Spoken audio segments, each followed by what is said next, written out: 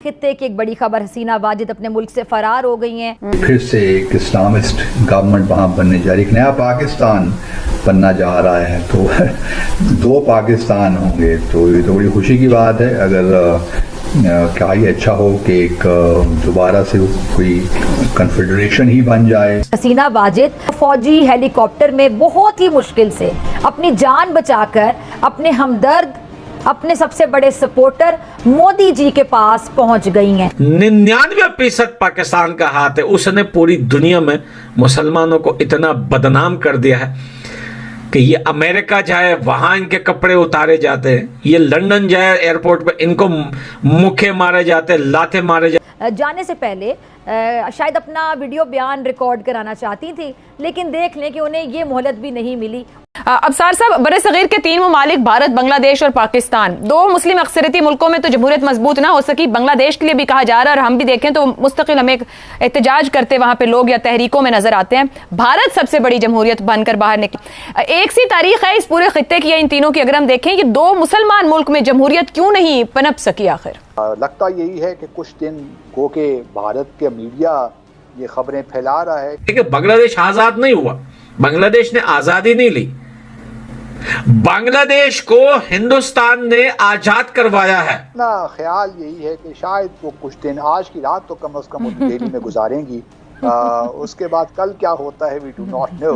लेकिन भारत बहुत परेशान है। भारत इस वक्त इस कदर परेशान है कि उनको समझ नहीं आ रही कि वो किस तरह रिएक्ट करें। वही बंगबंधु है जिसने ईस्ट पाकिस्तान को बांग्लादेश बनाया था। और एक जमाने में दोस्तों, पाकिस्तानी फौज ने इसके परिवार की हत्या की साजिश करी थी और भारतीय सेना थी जो इनके पूरे परिवार को सेफली वहां से निकाल के इंडिया लेकर आई। वेस्ट बंगाल की जो चीफ मिनिस्टर है ममता बनर्जी, उन्होंने जब ये सारे हंगामे हो रहे थे बांग्लादेश में, तो उन्होंने कहा कि जी जो भी बांग्लादेश से शेल्टर लेना चाहता है हम उनको शेल्टर देने के लिए तैयार हैं।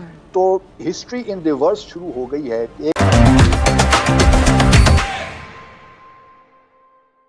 शेख हसीना हिंडन एयरबेस के भीतर ही हैं। वो उनका विमान उतर चुका है।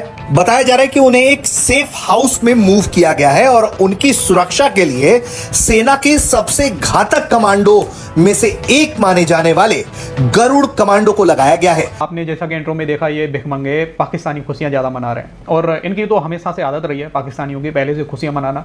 जैसे कि अफगानिस्तान जब तालिबान आए थे तब इन भिखमंगों ने बहुत ज़्यादा खुशियां मनाई थी कि तालिबान ने गुलामी की जंजीरें तोड़ दी हैं, भारत का सारा इन्वेस्टमेंट डूब गया, भारत को भगा दिया हमने अफगानिस्तान के अंदर से। आज उसी अफगानिस्तान को लेके, उसी तालिबान को लेके ये भिखमंगे रोना रोते हैं। और वही हाल अब इनका बांग्लादेश को लेके है। ये लोग सोच रहे हैं कि भारत की सारी इन्वेस्टमेंट डूब गई है। अब वो ये वक्त से पहले खुशियां मना रहे हैं, बाद में चल के ये रोएंगे। और आगे मज़ेदार इस वीडियो में आप देखने वाले हैं, ये भिखमंगे भारत के बारे में बात कर रहे हैं कि भारत के अंदर शायद ऐसा हो सकता है जैसा बांग्लादेश के अंदर हुआ है। मतलब कि खुद की हालात खराब है पाकिस्तानियों को, खुद को दिख रहा है कि बलूचिस्तान के अंदर ये भिखमंगे क्या कर रहे हैं, मासूम लोगों को मार रहे हैं। लेकिन बात इनको करनी है भारत के बारे में कि भारत के अंदर ऐसा कुछ होगा। बाकी चलते हैं इस वीडियो की तरफ, लेकिन उससे पहले अगर आपको ये वीडियो पसंद आए तो लाइक करना, चैनल को भी तक आपने सब्सक्राइब नहीं किया तो प्लीज चैनल को सब्सक्राइब जरूर लेना। खित्ते की एक बड़ी खबर, हसीना वाजिद अपने मुल्क से फरार हो गई हैं। आपको पता है कि 2009 से बांग्लादेश के राज सिंहासन पर विराजमान ये 76 साला शेख हसीना जो है इन्हें बिलाखिर मुल्क छोड़ना पड़ा है। कॉलेज के निहत्ते लड़कों की जानिब से कोटा सिस्टम के खिलाफ आपको पता है तहरीक चल रही थी, जिसने जमहूरी डिक्टेटर हसीना वाजिद का बोरिया बिस्तर आखिरकार गोल कर दिया। मीडिया रिपोर्ट्स के मुताबिक हसीना वाजिद जाने से पहले शायद अपना वीडियो बयान रिकॉर्ड कराना चाहती थी, लेकिन देख लें कि उन्हें ये मोहलत भी नहीं मिली और वो फौजी हेलीकॉप्टर में बहुत ही मुश्किल से अपनी जान बचाकर अपने हमदर्द, अपने सबसे बड़े सपोर्टर मोदी जी के पास पहुंच गई हैं। वो आपने सुना होगा ना कि पहुंची वहीं पे खाक जहां का खमीर था, यहाँ बिल्कुल फिट बैठता है। अब्दुल बासित साहब, एक्सपेक्टेड था ये जाएंगी, लेकिन इस तरह जाएंगी, इतनी जल्दी जाएंगी, इसी हफ्ते चली जाएंगी, फरार हो जाएंगी, कैसे देख रहे हैं पूरी सिचुएशन को? जी बहुत शुक्रिया Fiza for having me on your show. आज हम यौम इस्तेसाल कश्मीर भी मना रहे हैं और दूसरी तरफ आई एम श्योर बांग्लादेशी यौम निजात मना रहे होंगे।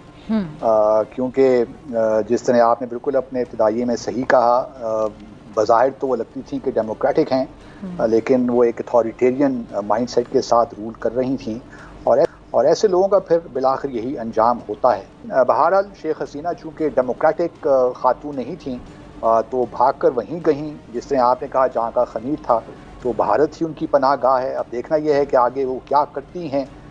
लगता यही है कि कुछ दिन हो के भारत के मीडिया ये खबरें फैला रहा है कि शायद वो फिनलैंड चली जाएं, चाहे शायद वो यूके चली जाएं, लेकिन मेरा अपना ख्याल यही है कि शायद वो कुछ दिन, आज की रात तो कम से कम दिल्ली में गुजारेंगी। उसके बाद कल क्या होता है वी डू नॉट नो। लेकिन भारत बहुत परेशान है। भारत इस वक्त इस कदर परेशान है कि उनको समझ नहीं आ रही कि वो किस तरह रिएक्ट करें।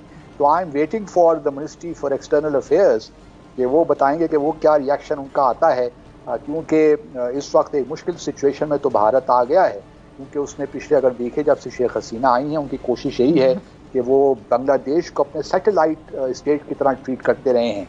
तो शेख हसीना ने भी अपनी जो सारी स्टेट की जो सॉवरेंटी है वो भारत के खाते उनके हिस्से में डाल दी। तो एक सिचुएशन ये भारत के लिए बनी तो है, इसीलिए वहाँ का मीडिया सारा सर इल्ज़ाम जो है पाकिस्तान के साथ लगा रहे हैं, वेस्टर्न दुनिया को मोरल इल्ज़ाम ठहरा रहे हैं कि शायद ये इनकी मिली भुगत थी जिसकी वजह से ये सारा मामला हुआ। अच्छा, आपने बड़ा, आपका सेंस ऑफ ह्यूमर मुझे बड़ा अच्छा लगा। आपने जो कहा कि आज की रात तो एटलीस्ट वो भारत में ही रुकेंगी, अब कल सुबह या कितने दिन बाद वहाँ से कहाँ जाती हैं ये खबर सामने आ जाएगी। आपने कहा भारत बड़ा परेशान है, उनका मीडिया भी, अगर आप उनको अभी सुन रहे होंगे, आप भी उनके चैनल्स को देखा होगा तो वाकई बड़ी परेशानी नज़र आ रही है। लेकिन अब्दुल बासित साहब, ये बांग्लादेश को तो भारत ने खुद अपना बेबी बनाया हुआ था। हसीना वाजिद साहिबा कहाँ से डिक्टेशन लेती रही सबके सामने, और आज ये दिन भी इनको देखना पड़ा। तो मोदी ने तो खुद को, आपको याद होगा कि बांग्लादेश की आज़ादी की लड़ाई में उन्होंने कहा मैंने हिस्सा लिया था, ये इतराफ़ नरेंद्र मोदी खुद कर चुके हैं, आपको पता होगा। अब इतना परेशान हो गया भारत। ये तो देखा होता ही है ना, चूँकि जब मोदी साहब ने विजिट किया था बांग्लादेश 2015 में, तो उन्होंने डंके की चोट में ये कहा था कि मुफ्ती बानी साहब ने कहा हमने बनाई, और हमारा बांग्लादेश की सो कॉल्ड आज़ादी में बहुत बड़ा एक अमल दखल है। तो बड़ी इंटरेस्टिंग सिचुएशन डेवलप हुई, क्योंकि वेस्ट बंगाल की जो चीफ मिनिस्टर है ममता बनर्जी, उन्होंने जब ये सारे हंगामे हो रहे थे बांग्लादेश में, तो उन्होंने कहा कि जी जो भी बांग्लादेश से शेल्टर लेना चाहता है हम उनको शेल्टर देने के लिए तैयार हैं।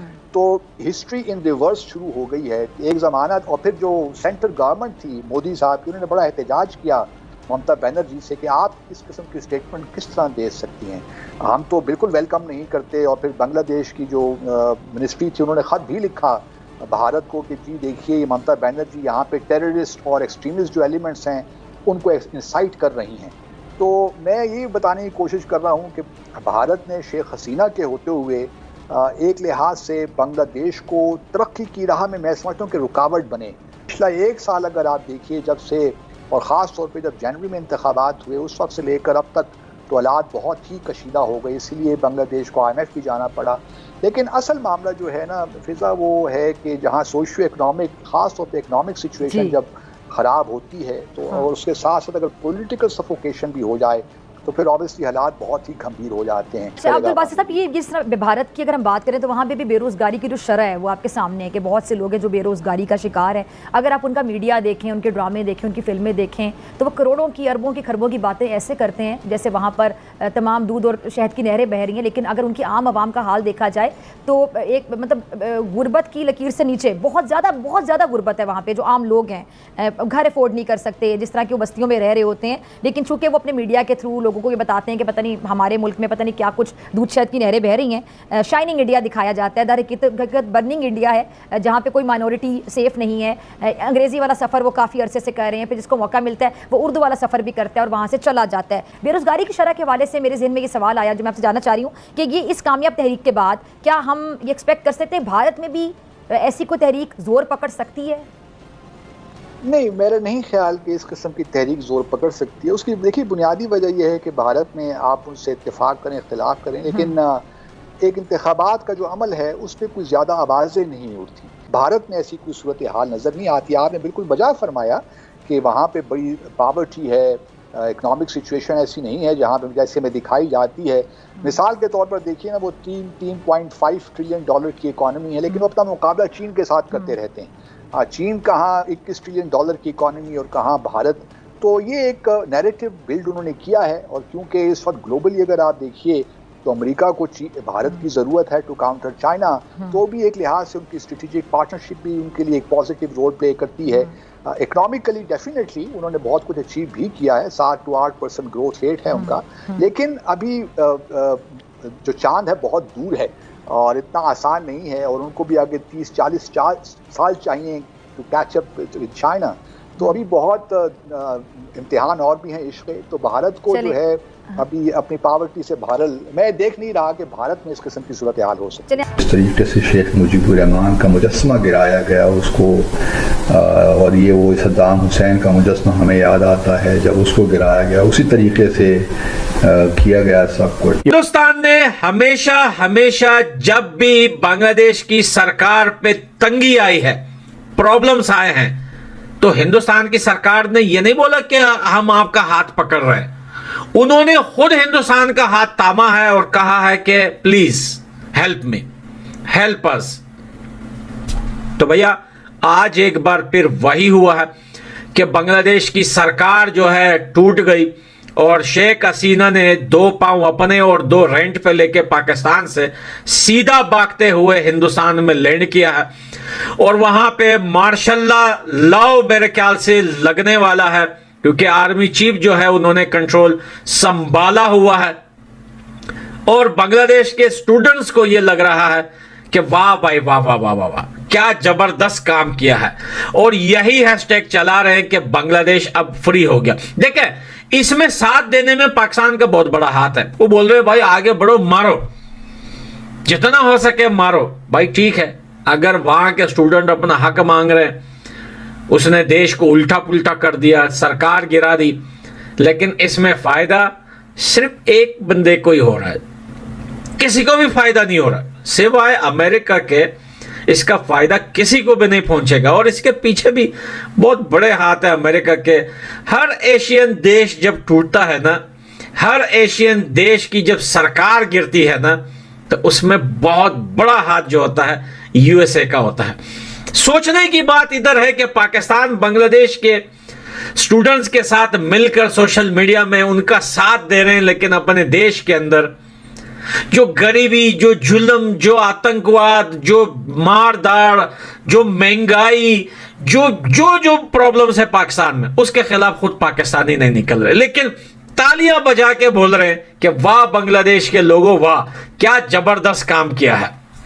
लेकिन आज उन बांग्लादेश के लोगों के दिलों में नफरत बढ़ गई है। बिना सोचे समझे अपने मुंह से जो अल्फाज निकाल रहे हैं सोशल मीडिया पर, जिसे देखकर हमें गुस्सा तो नहीं आ रहा, हमें हंसी आती है इनकी ये बेवकूफ वालों, बेवकूफ जैसी सोच पर, कि कैसे बेवकूफ लोग हैं ये, कैसे इनका सोच है, ये कहां से पढ़े हैं, इनके टीचर्स कौन हैं, कौन से स्कूलों में पढ़ते हैं। इनको ये नहीं पता हिस्ट्री में कि आखिर हिंदुस्तान जो हमारा पड़ोसी देश है, इसने किया क्या है बांग्लादेश के साथ। आप मुझे तारीख के अंदर बता दें, जब से बांग्लादेश को बनाया है हिंदुस्तान ने, देखिए बांग्लादेश आजाद नहीं हुआ, बांग्लादेश ने आजादी नहीं ली, बांग्लादेश को हिंदुस्तान ने आजाद करवाया है। हिंदुस्तान ने बांग्लादेश को, समझ लो एक होता है ना कि एक बच्चे को कुछ चाहिए होता है किसी दुकान से, और वो बाबा को बोलता है बाबा बाबा मुझे ये चाहिए, मुझे ये दिला दो। तो हिंदुस्तान ने पाकिस्तान के मुंह से या पाकिस्तानी दुकान से बांग्लादेश को उठा के आजाद करवाया है, वो खरीद के नहीं, वो जबरदस्ती। बहुत सारी कुर्बानियां दी है जो है हिंदुस्तान के जवानों ने इस बांग्लादेश की आज़ादी में, और रही बात इकोनॉमी में, बहुत सारी हेल्प की है। अभी रिसेंटली आपको पता है कि 200 करोड़ अफगानिस्तान के लिए भी जो है अनाउंस हुए थे, उसमें सेम टाइम 130 करोड़ जो है वो बांग्लादेश के लिए भी अनाउंस हुए। एक सी तारीख है इस पूरे खित्ते की, इन तीनों की अगर हम देखें, ये 2 मुसलमान मुल्क में जमहूरियत क्यों नहीं पनप सकी आखिर? पूरे आलम इस्लाम ये एक बड़ा अच्छा सवाल है आपका। एक तो बंगला बंधु का जो मुजस्समा टूटते देखा, तो इससे बहुत बड़े बड़े वाक़यात हम देख चुके हैं। हमने तो मुल्क बनाने वाले कायद आज़म की बहन को गद्दार करार दिया, और हमने जिन्ना हाउस, कायद आज़म का घर, उसको घुस के आग लगा दी, सब कुछ तबाह कर दिया। आज मैं देख रहा था अभी ये तस्वीरें, कोई वहाँ से हसीना वाजिद के घर से बत्तख उठा के जा रहा था, कोई खरगोश, कोई बकरी, आपको कुछ देखे मनाजिर लगे होंगे सब, जा रहे थे। हाँ, देखे देखे लग रहे थे। तो हमारी ना मैं हसन साहब की बात से मुत्फिक हूँ। क्या वजह है कि हम अभी तक अपने पांवों पे खड़े नहीं हो पा रहे? ये आई मस्ट अप्रिशिएट इस मामले में मैं इसको इंडिया को अप्रिशिएट करूंगा कि उन्होंने जो the true spirit of democracy है ना, ये फ्रॉम द डे वन उन्होंने, जैसे कि कबीर साहब ने भी लार्जेस्ट डेमोक्रेसी डेफिनेटली